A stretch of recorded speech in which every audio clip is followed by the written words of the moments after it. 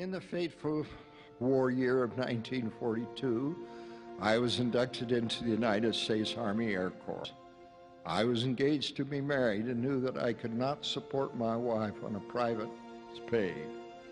In a day or two, I filed my application for officer's candidate school. Shortly thereafter, I was summoned before the Board of Inquiry. My qualifications were few, but I had had 2 years of college and had finished a mission for the church in South America. The questions asked of me at the Officers' Board of Inquiry took a very surprising turn. Nearly all of them centered upon my beliefs. Do you smoke? Do you drink? What do you think of others who smoke and drink? I had no trouble answering these questions. More interesting questions came.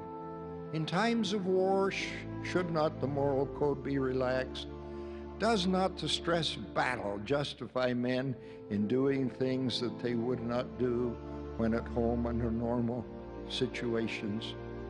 I recognized that here was a chance perhaps to make some points and look broad-minded. I pondered, would I give him offense if I answered how I truly believed? I wanted to be an officer very much so that I would not have to do all-night guard duty and KP and clean latrines, but mostly so my sweetheart and I could afford to be married. I decided not to equivocate. In the end, I simply said, I do not believe there is a double standard of morality.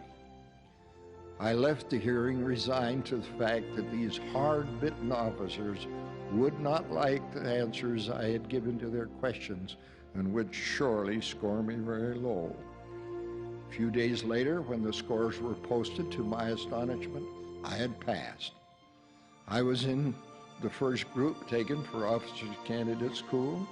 I graduated, became a second lieutenant, married my sweetheart, and we have lived happily together ever after. In reality, we are only in competition with ourselves. Others can challenge and motivate us, but we must reach deep down into our souls and call forth our God-given intelligence and capabilities.